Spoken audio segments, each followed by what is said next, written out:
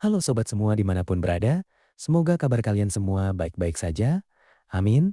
Selamat datang di channel YouTube Ayas Arta Dewa, channel yang membahas alur cerita komik kesukaan Anda yang pastinya keren, menarik dan menghibur. Agar makin semangat uploadnya, jangan lupa subscribe, like, dan share ya kawan-kawan. Udah basa-basinya, langsung ke intinya. Selamat menyaksikan, semoga terhibur.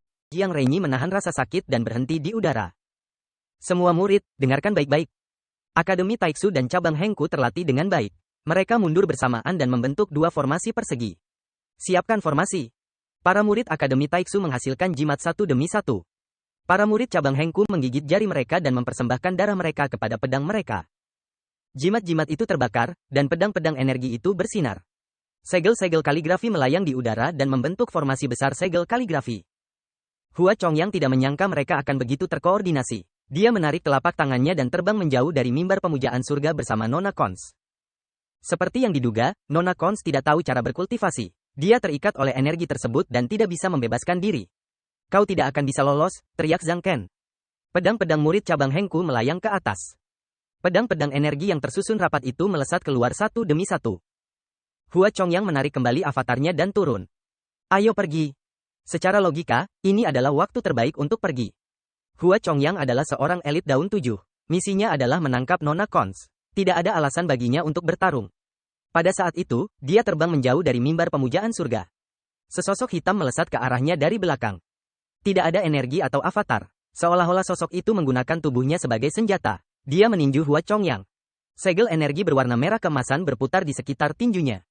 Ekspresi Hua Chongyang berubah gelap. Dia mengangkat tangannya untuk menangkis serangan itu. Pada saat yang sama, dia melepaskan perisai energinya untuk menangkis segel aksara Akademi Taiksu dan formasi pedang cabang Hengku. Bam! Bam! Bam! Dia mampu menangkis serangan dari dua sekte besar itu, tetapi kemunculan tiba-tiba kepalan energi merah kemasan itu melampaui dugaannya. Ledakan! Itu terlalu cepat. Dia hanya bisa memblokirnya seperti ini. Pukulan itu mendarat dengan keras di antara lengan Hua Chongyang. Hua Chongyang mengeluarkan erangan tertahan akibat kekuatan yang luar biasa dan jatuh 30 derajat dari tempat yang tinggi. Hua Chongyang menekan ki dan darahnya yang bergejolak dan mendorongnya dengan telapak tangannya. Senior Lu, tolong saya. Satu-satunya orang yang bisa diandalkan adalah lelaki tua ini. Ketika bayangan hitam itu muncul, dia tahu bahwa misi hari ini tidak akan mudah. Hua Chongyang meluncur di tanah untuk jarak yang cukup jauh. Lapisan lantai batu kapur terkelupas saat ia perlahan berhenti. Hua Chongyang memukul tanah dengan tinjunya. Dia berputar 360 derajat dan bangkit berdiri, dengan kuat menstabilkan dirinya. Sementara itu, Nona Kons dikirim ke Lu Zhou melalui serangan telapak tangan Hua Chongyang. Nona Kons mendongak dengan mata besarnya. Dia melihat ke samping. Untuk pertama kalinya, dia menyapanya dengan senyuman. Halo. Tingginya hanya setinggi bahu Lu Zhou. Lu Zhou mengalihkan pandangannya ke mata wanita itu. Konon, mata seseorang adalah jendela jiwa. Namun, Lu Zhou melihat kepolosan dan kesucian di matanya. Saking bersihnya, tidak ada setitik debu pun di dalamnya. Sapaan tiba-tiba ini membuat sosok hitam yang tadinya tampak terkejut menjadi menoleh dan berhenti. Tepatnya, dia adalah seorang pria parubaya dengan ekspresi dingin dan bekas luka di wajahnya. Baju zirah yang dikenakannya mengungkap identitasnya. Dia adalah seorang prajurit garnisun kota provinsi Jing. Halo, jawab Lu Zhou. Siapa namamu? Nama keluargaku Lu, dan namaku Zhou. Bagaimana denganmu? Tanya Lu Zhou sambil tersenyum. Aku. Nona Kons tampak kehilangan kata-kata. Dia mengerutkan kening. Luo. Kerang. Lu Zhou menatap kerang di telapak tangannya. Kemarilah. Oh. Nona Kons berjalan ke sisi Lu Zhou. Dia sangat patuh, seperti cucunya. Yang lain terkejut mendengarnya. Prajurit garnisun itu berkata dengan suara berat, sesuai perintah Tuan, tidak ada makhluk hidup yang diizinkan berada di mimbar penyembahan surga. Aku akan membawa gadis ini bersamaku. Mereka yang tidak mematuhi perintah militer pada masa-masa khusus akan dieksekusi. Hua Chongyang melihat keluar mimbar pemujaan. 1000 tentara sudah berdiri dalam jarak 100 meter dari warga sipil. Mereka memandang mimbar pemujaan dengan penuh kekaguman. Lu Zhou menatap prajurit garnisun itu. Gadis ini ditakdirkan untukku. Aku khawatir kau tidak akan bisa merebutnya. Tatapan prajurit garnisun itu menjadi gelap. Pada saat itu, murid pertama Akademi Taiksu, Jiang Renyi, mendarat di mimbar pemujaan. Dia menangkupkan tinjunya dan berkata, jadi, dia adalah elit terhebat di bawah komando Jenderal Wensu, Jenderal Ning. Zhang Ken dari cabang Hengku menyampaikan salam, Jenderal Ning. Hati Hua Chongyang mencekam. Mengapa Ning Han ada di sini? Dalam pertarungan 1 lawan 1, Hua Chongyang dan dia seimbang. Namun, penyergapan itu terlalu tiba-tiba dan dia sedikit terluka. Ninghan mahir dalam pertarungan jarak dekat. Dia adalah mesin pembunuh di medan perang. Sebelum mereka menyerang Provinsi Jing, Sekte Nether telah mempelajari Wensu dan bawahannya. Ninghan adalah salah satu target utama mereka. Dia tidak menyangka akan bertemu dengannya di sini. Ini buruk. Meskipun ini pertemuan pertama mereka, Hua Chongyang tidak berani lengah. Jika mesin pembunuh ini mengetahui identitas aslinya, konsekuensinya akan mengerikan. PS, teruslah meminta tiket. Jika seorang wakil jenderal saja sekompeten ini, bagaimana mungkin Jenderal Wensu, salah satu dari 8 jenderal besar, bisa dianggap lemah? Saat itu, Panglima tertinggi 3 pasukan, Wei Zuoyan, telah naik ke posisi tinggi dengan dukungan Li Jinyi. Namun, dia tidak menyangka bahwa dia masih belum mampu menandingi 8 jenderal besar tersebut. Ibu kota suci itu penuh dengan harimau yang mengintai dan naga yang tersembunyi. Ini bukan lelucon. Kemunculan Jenderal Ning membuat cabang Hengku dan Akademi Taiksu menyerah dalam pertempuran. Jika ibu kota ilahi ingin menangkap seseorang, mereka hanya bisa menyingkir. Nona Cons berdiri di samping dan terus mengamati sekitarnya. Tidak ada rasa takut atau panik di matanya, hanya rasa ingin tahu. Jenderal Ning menatap Lu Zhou dan bertanya, "Apa yang tadi kau katakan?" "Saya tidak mengulanginya." Lu Zhou mengabaikan Jenderal Ning. Sebaliknya, dia menatap Hua Chongyang yang terluka dan berkata singkat, "Ayo pergi." Dia meraih tangan kecil Nona Cons. Mereka berjalan keluar dari mimbar penyembahan surga.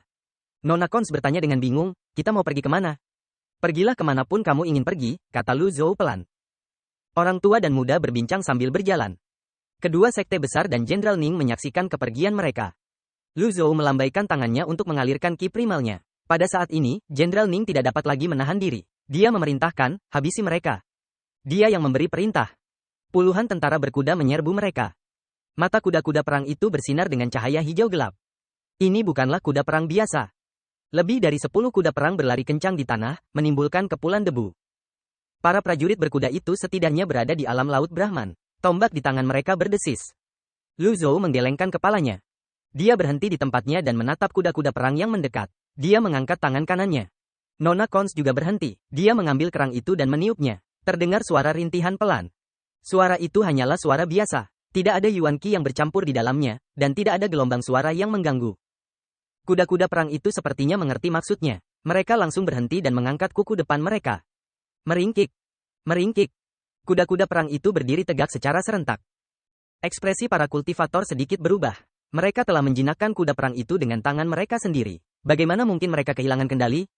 Kuda-kuda perang itu bergoyang liar, berusaha melepaskan para petani yang ada di punggung mereka. Lu Zhou memandang kuda-kuda perang itu dengan rasa ingin tahu sebelum menatap Nona Cons yang berdiri di sebelahnya. "Apa yang kamu katakan kepada mereka?" "Kebebasan." Nona Cons sedikit mendongak. Melihat pemandangan ini, Hua Chongyang dan Jenderal Ninghan juga takjub. Mampu menggunakan musik untuk mengubah kesetiaan kuda perang, bakat mengerikan macam apa itu? Siapapun yang berani membawa pergi iblis wanita itu akan langsung dieksekusi. Ninghan melangkah ke altar surga. Ledakan. Altar surga tiba-tiba runtuh. Ninghan melayang di udara dan memerintahkan, "Bunuh mereka." Para kultivator meninggalkan kuda perang mereka dan terbang ke udara. Lu Zhou meliriknya, "Apakah kau takut?" "Apa itu rasa takut?" tanya Nona Cons. Fakta bahwa dia bisa mengajukan pertanyaan ini berarti dia tidak takut. Tingkat kultivasi Lu Zhou sudah berada di tahap daun 1 dari alam kesengsaraan dewa yang baru lahir. Para pecundang kecil ini tidak layak untuk dia gunakan kartu andalannya. "Jangan bergerak." "Oh." Lu Zhou membalikkan telapak tangannya. Energi ki purba di sekitarnya melonjak, dan puluhan pedang energi horizontal terbentuk. Wus, wus, wus.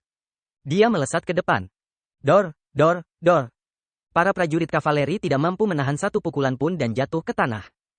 Dua prajurit kavaleri yang tersisa membawa mayat-mayat itu dengan avatar 10 dunia mereka dan menyerbu ke arah Lu Zhou. Lu Zhou mengangkat tangannya dan mendorong telapak tangannya ke depan. Gerakannya tenang. Keduanya langsung terpaku di tempat. Dia mengulurkan jari-jarinya ke depan. Jejak telapak tangan yang bersinar dengan cahaya keemasan terpancar. Ledakan. Anjing laut kecil yang tak kenal takut. Dua kultivator tingkat istana ilahi terhuyung mundur dan tewas. Hua Chongyang tampak bingung. Bukankah senior Lu berasal dari sekte Penglai? Mengapa dia mengetahui teknik telapak tangan Buddha? Jenderal Ning, yang melayang di udara, juga merasa bingung. Ketika satu gelombang kultivator tumbang, gelombang kultivator lainnya menyerbu maju. "Kamu terlalu percaya diri." Lu Zhou terus menggerakkan telapak tangannya. Ki primordial mengembun menjadi energi. Segel harta karun Blitz Agung dan segel mistik lingkaran luar terbang keluar. Sidik telapak tangan itu sangat istimewa. Pada kelima jari sidik telapak tangan itu, terdapat karakter tulisan segel yang besar dan berkilauan. Itu terlalu jelas. Dua sidik telapak tangan dari segel tangan 9 suku kata Sekte Dao. Siapakah pria tua ini? Dia mahir dalam Buddhisme dan Taoisme sekaligus? Bam, bam. Lebih dari selusin petani meninggal dunia. Lu Zhou merasa senang karena tidak lagi bergantung pada kartu item. Meskipun tidak semengerikan sebelumnya, rasanya lebih nyata. Ning Han berkata dengan lantang, untuk apa kalian berdua berdiri saja? Sudah waktunya kalian mengabdi kepada istana. Dia telah kehilangan banyak prajurit. Dia berencana untuk menugaskan orang-orang dari Akademi Taiksu dan cabang Hengku untuk memimpin serangan. Saya bersedia melayani Anda, kata Jiang Renyi sambil membungkuk. Serahkan saja pada cabang Hengku. Zhang Ken tidak berniat memberi kesempatan kepada Akademi Taiksu untuk tampil. Dia melambaikan tangannya. Para murid cabang Hengku menghunus pedang mereka. Puluhan pedang melesat ke udara. Semua orang memadatkan pedang energi. Setiap pedang membawa 4 hingga 5 pedang energi saat mereka melayang di udara. Senior Lu, hati-hati, Hua Chongyang memperingatkan. Hua Chongyang memperingatkan. Pedang-pedang energi yang tak terhitung jumlahnya melesat ke arah Lu Zhou dalam bentuk naga panjang. Formasi pedang, Lu Zhou meliriknya. Pengalaman perangnya selama 1000 tahun dimanfaatkan dengan baik pada saat ini. Lu Zhou melambaikan lengan bajunya. Benda tak bernama itu melesat keluar dari tangannya.